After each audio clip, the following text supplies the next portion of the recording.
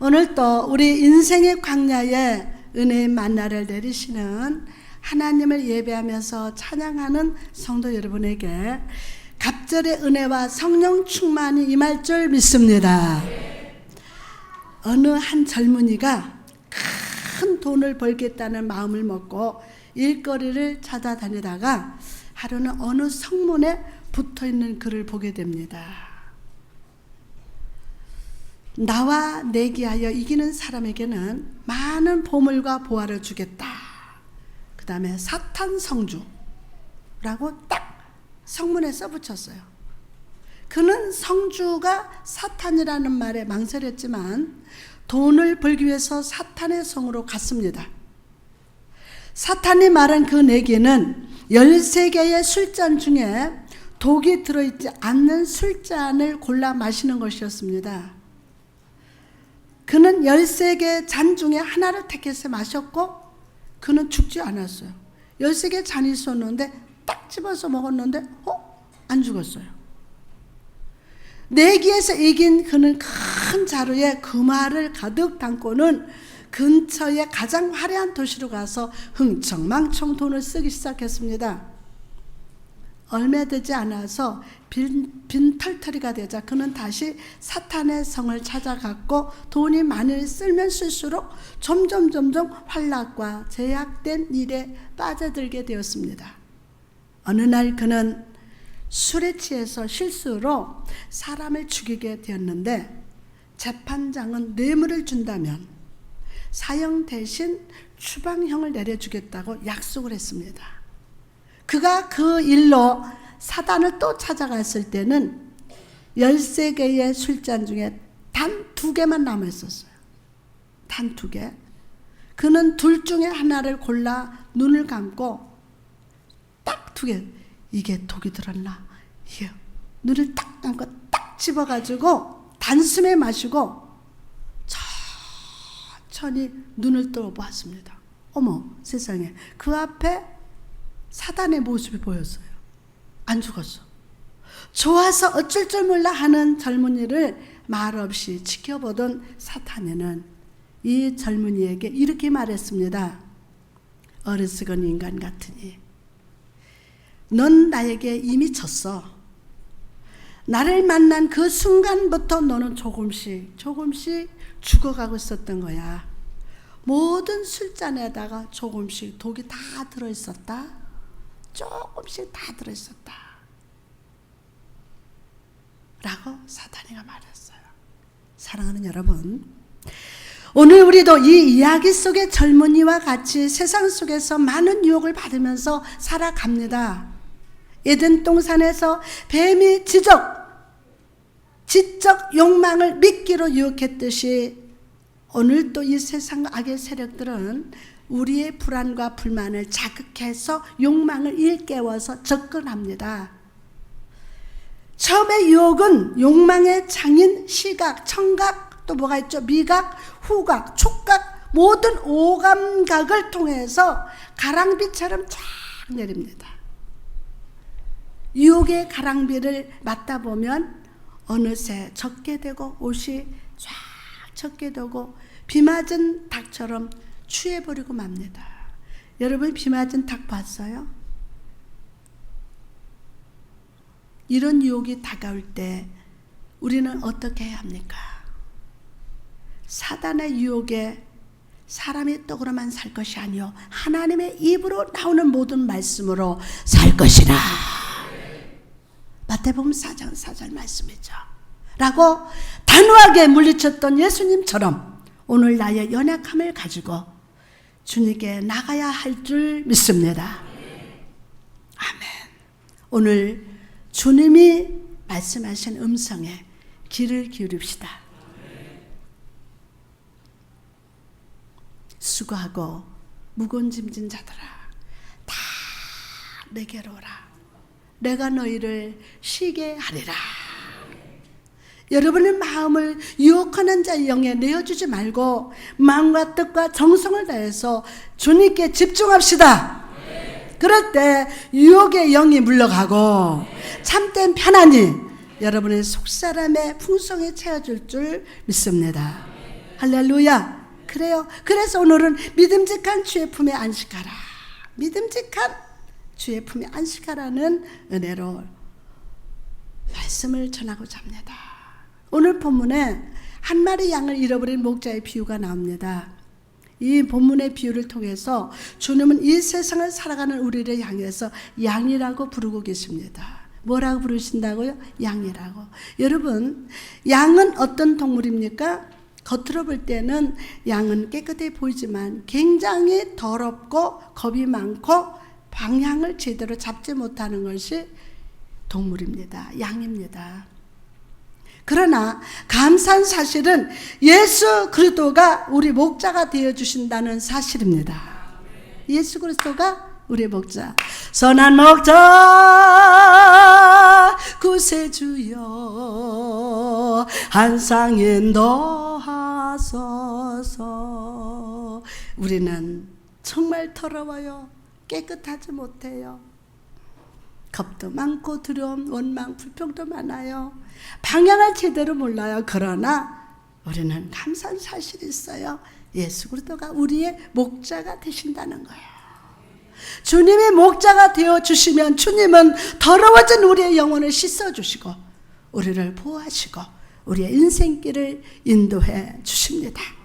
이런 의미에서 주님께서 우리의 목자가 되어주신다는 사실은 우리 인생의 완전한 해답이요 정답이 되심을 믿으시기 바랍니다.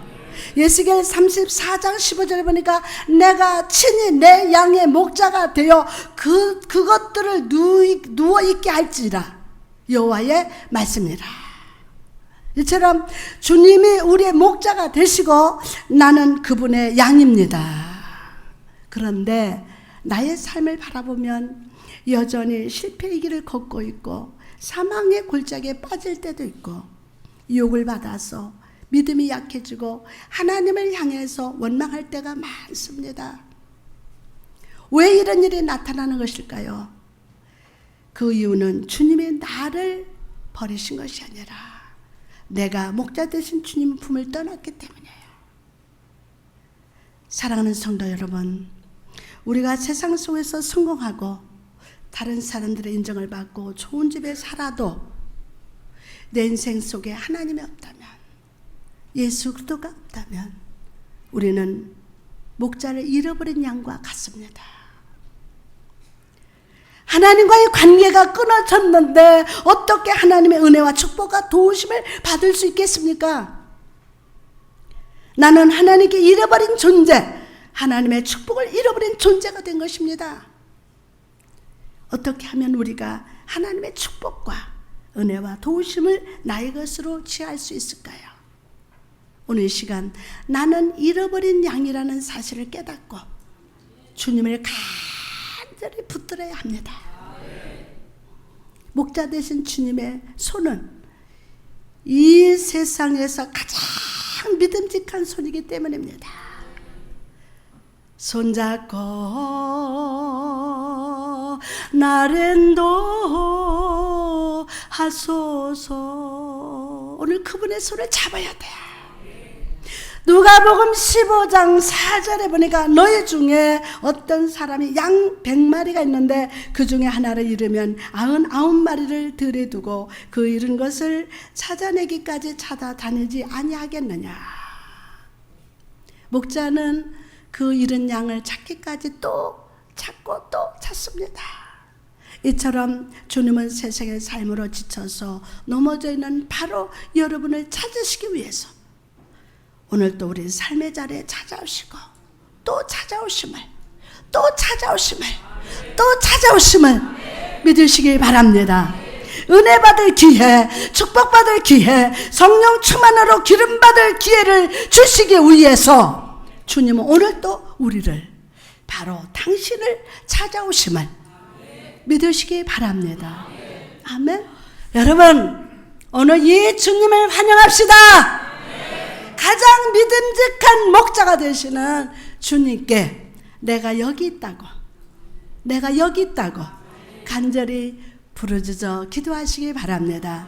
그럴 때 잃어버린 양을 발견한 목자가 그 양을 양 어깨에 메고 기뻐하면서 즐거워했던 것처럼 우리를 양 어깨에 지고 우리로 인해서 기뻐해 주심을 믿으시기 바랍니다. 주님은 이제 다시는 우리를 잃어버리지 않으실 겁니다. 우리를 보혈로 씻어주시고 우리를 보호하시고 우리를 복의 길로 축복의 길로 인도해 주실 것임을 믿으시기 바랍니다. 그럼 우리가 주님의 품 안에 있을 때 우리가 해야 할 일은 무엇입니까? 주님 품 안에 있을 때 우리가 해야 할 일. 주님은 우리에게 어떤 큰 일을 하기 원하시지 않습니다. 어떤 큰 일을 하기를 원하시지 않아요. 그저 우리가 주님 품 안에서 안식하고 쉬기를 원하십니다. 여러분, 우리는 육체를 가졌기에 모든 것을 육체의 시각으로 바라보려는 경향성이 있습니다. 심지어 내 마음의 문제, 내 영혼의 문제도 육체적 방법으로 해결해 보려고 합니다. 그러나 여러분, 우리는 영혼이 있는 육체가 아니라 육체를 가진 영혼. 무슨 영혼? 육체를 가진 영혼, 단지 육체의 옷을 입고 있는 생명임을 믿으시기 바랍니다. 하나님은 신령, 사람은 생명, 마귀는 악령이에요. 그러니까 여러분, 우리 영혼이 있는 육체가 아니라 육체를 가진 영혼, 단지 육체의 옷을 입고 있는 생명임을 다시 한번 믿으시기 바랍니다. 창세기 2장 7절에 보니까 여호와 하나님이 땅의 흙으로 사람을 지으시고 생기를 그 코에 불어 넣으시니 사람이 생명이 된지라. 아멘. 자, 우리가 꽃밭에 가면 우리 몸에 꽃향기가 배고 쓰레기장에 가면 쓰레기 냄새가 배듯이 인간의 영혼은 이 세상과 사람들의 영향을 받으면서 살아갑니다. 세상의 부정적인 생각, 염려, 낙심, 또 거짓, 사탄의 유혹이 우리 영혼에 영향을 미쳐서 우리의 영혼을 지치게 합니다. 여러분, 우리가 영혼이 지쳤을 때 우리는 어디서 쉼을 얻을 수 있을까요? 그것은 오직 하나님 안에서만 쉼을 얻을 수 있음을 믿으시기 바랍니다. 시편 62편 1절에 보니까 나의 영혼이 잠잠히 하나님만 바라며 나의 구원이 그에게서 나도다. 마태복음 11장 28절에 수고하고 무거운 짐진 자들아 다 내게로 오라. 내가 너희를 쉬게 하리라. 우리는 삶이 힘들고 지칠 때 내 육신이 피곤해서 그런 것이라고 생각합니다. 물론 그것도 있죠. 그러나 근본적인 원인은 우리 마음과 영혼이 지쳤기 때문이에요. 우리 마음과 영혼이 지쳤기 때문에 오늘 이 예수님의 초청을 받아들여서 주님께 나갑시다. 아멘. 우리의 마음과 영혼이 지쳐서 그리고 주님께서 주시는 참된 편안 영혼의 안식을 누리는 여러분 되시기를 주님의 이름으로 축복합니다. 그럼 우리가 영혼의 안식을 누리기 위해서 어떤 태도를 가져야 할까요? 첫째로 하나님 앞에 가만히 서 있는 것입니다. 하나님 앞에. 시편 46편 10절에 이르시기를 너희는 가만히 있어 내가 하나님 됨을 알지어다. 내가 하나님 됨을 알지어다. 저는 살기 너무 바쁩니다.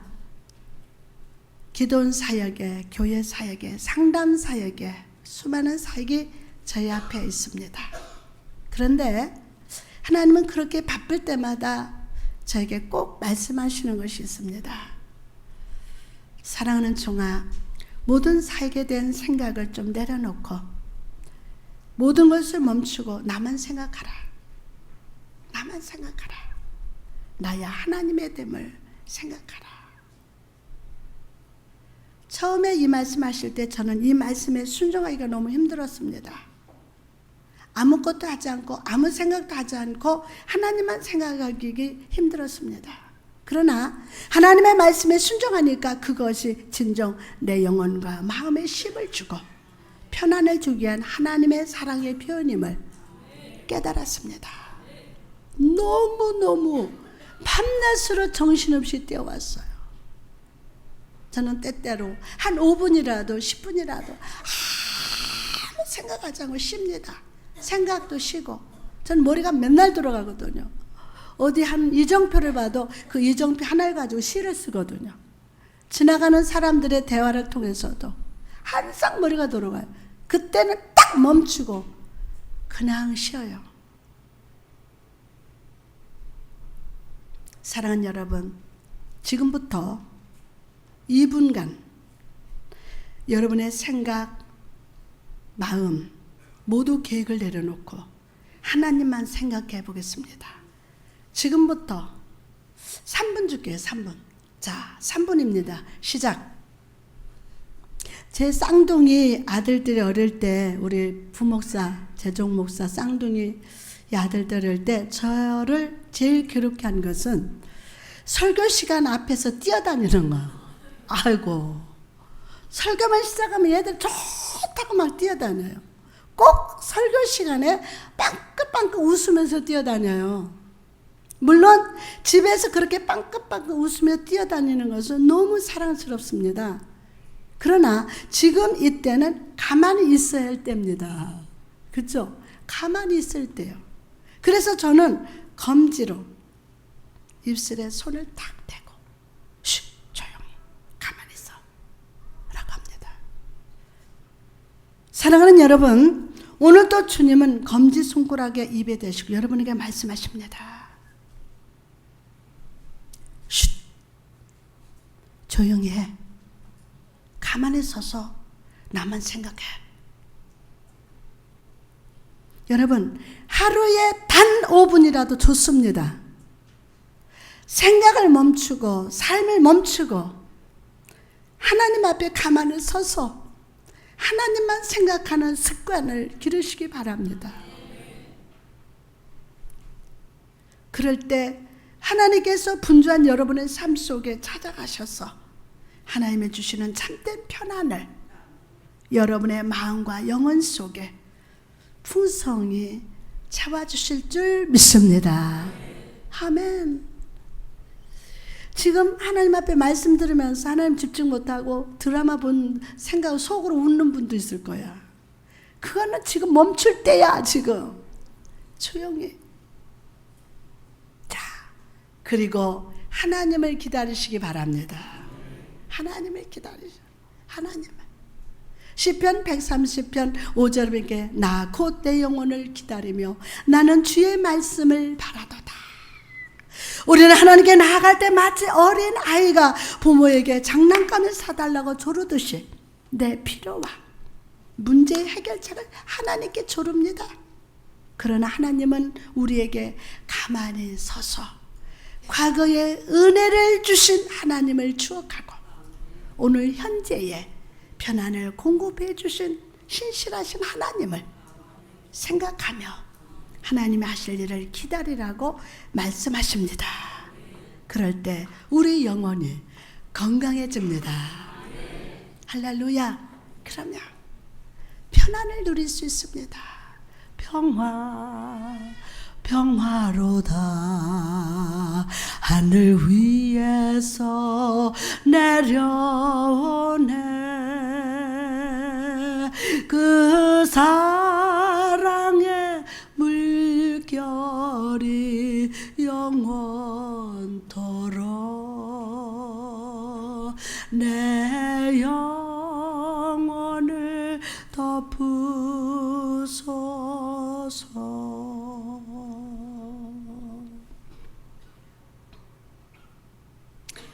그럼 우리가 주 안에서 가만히 멈춰서 안식을 누린다면 우리 앞으로의 삶을 어떻게 해야 할까요? 우리는 주 안에서 안식한 자의 변화된 삶의 모습을 룻기에서 발견합니다. 룻기 3장에 보면 모압 여인 룻이 보아스를 찾아가서 그의 발치모로 이불을 들고 눕는 장면이 기록되어 있습니다. 7절에 보니까 보아스가 먹고 마시고 마음이 즐거워 가서 곡식 단 더미의 끝에 누운지라 룻이 가만히 가서 그의 발치 이불을 들고 거기에 누웠더라. 여러분, 이 구절 속에서 우리는 두 단어에 집중해야 됩니다. 첫째는 때이고 때, 두 번째는 장소입니다. 때와 장소. 여러분, 룻이 보아스를 찾아간 때는 언제입니까? 언제죠? 네? 보아스의 마음이 즐거울 때입니다. 장소는 어디입니까? 곡식단입니다. 곡식단. 그리고 곡식단 끝에 누웠다는 것을 볼 때 룻은 매우 조심히 누웠다는 걸 볼 수 있습니다. 이 룻의 모습이 우리에게 보여주는 것이 무엇입니까? 우리는 내 마음이 즐거워야 안식을 누리는 것이라고 생각합니다. 그러나 진정한 안식을 누리기 위해서는 우리가 겸손히 주님께 나가, 아멘, 주님께 나가 하나님의 마음을 기쁘시게 하고 겸손히 주 앞에 나가야 함을 믿으시기 바랍니다. 할렐루야. 진정한 안식은 겸손히 주님께 나가서 하나님의 기쁨이 돼야 돼요. 오늘 이 은혜와 축복이 함께한다. 그럴 때 하나님의 안식과 편안이 우리에게 임하게 됨을 믿으시기 바랍니다. 열왕기상 17장에 보니까 엘리야가 사르밧 과부를 찾아가는 장면이 나옵니다. 사르밧 과부는 이제 모든 것을 잃고 가루 조그만 기름이 남았을 뿐이었습니다. 엘리야가 정말 하나님의 사람이었다면 오히려 그 과부를 위해서 기도해주고 그의 부족함을 채워줘야만 했습니다. 그러나 엘리야는 오히려 그 가루와 기름으로 떡을 만들어 오라고 했습니다. 그리고 사르밧 과부는 그 말씀에 순종을 했어요. 이때 어떤 일이 나타났습니까? 주의 종을 먼저 대접했더니 오히려 그의 가루통과 기름통에 기름과 가루가 줄어들지 않는 채 축복을 받았어요. 옛날에 교회에서 목사님이 신방 오면 그냥 쌀떡에 쌀 남은 거다가 이제 보리밥 옆에다가 요다 요렇게 쌀 요만큼 나가지고 밥을 해가지고 목사님만 쌀밥 이렇게 탁 퍼주면은 우리는 문구멍을 침으로 발라가지고 이렇게 뚫어놔가지고 우리도 밥 달라고 하면 가만히 있어. 목사님 냉기만 줄게. 목사님 밥 냉기만 줄게. 그러고서 문구멍으로 쳐다보면은 세상에 목사님은 그 밥을 다 먹어가면서 물 말어. 축정도는 꼭 손님상에 숭늉을 대접해요. 그럼 밥을 반쯤 잡수시다가 숭늉을 부어버려. 그러면은 문 밖에서 엄마 물 말았어. 와 울어버리는 거예요. 와 이 사르밧과부. 근데요 주의 종을 먼저 대접하고 기름과 가루가 떨어지지 않는, 줄어들지 않는 축복을 받았어요. 사랑하는 여러분, 세상 속에서 안식을 얻으려 하지 말고 먼저 하나님을 기쁘시게 하는 자가 됩시다. 나 주님의 기쁨 되겠다. 주님을 먼저 기쁘게. 세상에서 안식을 얻으려고 하지 말고 여러분 먼저 주님의 기쁨이 돼야 돼요. 그때 하나님의 우리에게 힘을 주시고 안식을 허락해 주심을 믿으시기 바랍니다. 느헤미야 8장 10절에 보니까 여호와를 인하여 기뻐하는 것이 너의 힘이니라. 또한 보아스는 곡식단이 쌓이는 곳에 누워 있었습니다. 이 곡식단을 쌓아놓은 사람은 하인들이었지만 그것은 자기들을 위한 것이 아니라 보아스를 위한 것이었어요. 그리고 보아스는 기뻐하면서 그 곡식단 위에 누웠습니다. 탁 누웠어요. 사랑하는 여러분, 주님은 너희 보화를 이 땅이 아니라 하늘 위에 쌓아두라고 하셨습니다. 여러분의 시간, 여러분의 물질, 여러분의 가진 재능과 지식을 가지고 먼저 하나님께 영광을 올려드리십시오. 그럴 때 여러분의 그 헌신의 곡식단 위에서 하나님이 기뻐하시면서 룻이 보아스 옆에 누웠던 것처럼 하나님 안에서 참 안식을 누리는 축복의 기회가 우리에게 찾아오게 됨을 믿으시기 바랍니다. 보아스의 옆에 누운 룻은 이렇게 고백합니다. 9절에 보니까 이르되 내가 누구냐 하니 대답하되 나는 당신의 여종 룻이오니 당신의 옷자락을 펴서 당신의 여종을 덮으소서. 이는 당신이 기업을 물을 자가 됨이다 하니. 룻은 보아스 옆에 누웠지만 자기의 몸 전체를 덮지 못했습니다. 그래서 룻은 보아스에게 당신의 옷자락으로 나를 덮으소서 라고 겸손히 구했던 것입니다. 사랑하는 여러분, 우리의 삶도 예수 그리스도께서 사랑과 은혜의 옷자락으로 덮어주시지 않으면 우리는 참된 안식을 누릴 수가 없어요. 예수님의 은혜의 옷자락 우리를 덮어줘야 돼요. 그래야 참된 안식과 편안을 누릴 수 있어요. 오늘 나의 영혼과 삶과 가정과 모든 부분을 주의 옷자락으로 덮어달라고, 편안의 옷자락으로 덮어달라고 겸손히 구하는 여러분 되시기를 주님의 이름으로 축복합니다. 주님의 옷자락으로 덮어달라고. 오늘 이 놀라운 축복이 여러분에게 임할 줄 믿습니다. 할렐루야. 이제 말씀을 마치고자 합니다. 일확천금을 꿈꾸던 사단의 성으로 갔던 젊은이는 유혹의 잔을 마시고 결국 실패했습니다. 그러나 우리는 유혹의 잔이 아니라 예수 그리스도의 보혈이 담긴 구원의 잔을 들고 하나님을 찬양하는 존재임을 믿으시기 바랍니다. 내게 주신 모든 은혜를 내가 여호와께 무엇으로 보답할까? 내가 구원의 잔을 들고 여호와의 이름을 부르면서 여호와의 모든 백성 앞에서 나는 나의 소원을 여호와께 갚으리로다. 할렐루야! 그러므로 사랑하는 성도 여러분, 오늘 우리를 유혹하는 세상의 잔을 내려놓고 나를 부르시는 목자 되신 주님께 아멘으로 반응합시다. 난 손 들 때까지야. 아멘으로 반응합시다. 주님이 나를 안아주실 때 두 팔로 안아주시고 언제나 나를 지켜주시며 함께 하시며 보호해 주실 겁니다. 주실 겁니다. 그러므로 사랑하는 여러분, 오늘 우리를 유혹하는 세상의 잔을 말씀의 바위에다 던져버립시다. 아멘. 나를 부르시는 목자진 주님께 오늘 아멘 합시다. 주님이 나를 안아주실 때 두 팔로 안아주시고 언제나 나를 지키시면서 함께 해주시고 보호해 주십니다. 그러므로 오늘 이 주님 품 안에서 가만히 서서 하나님만 생각하며 안식하십시오. 안식하십시오. 아멘.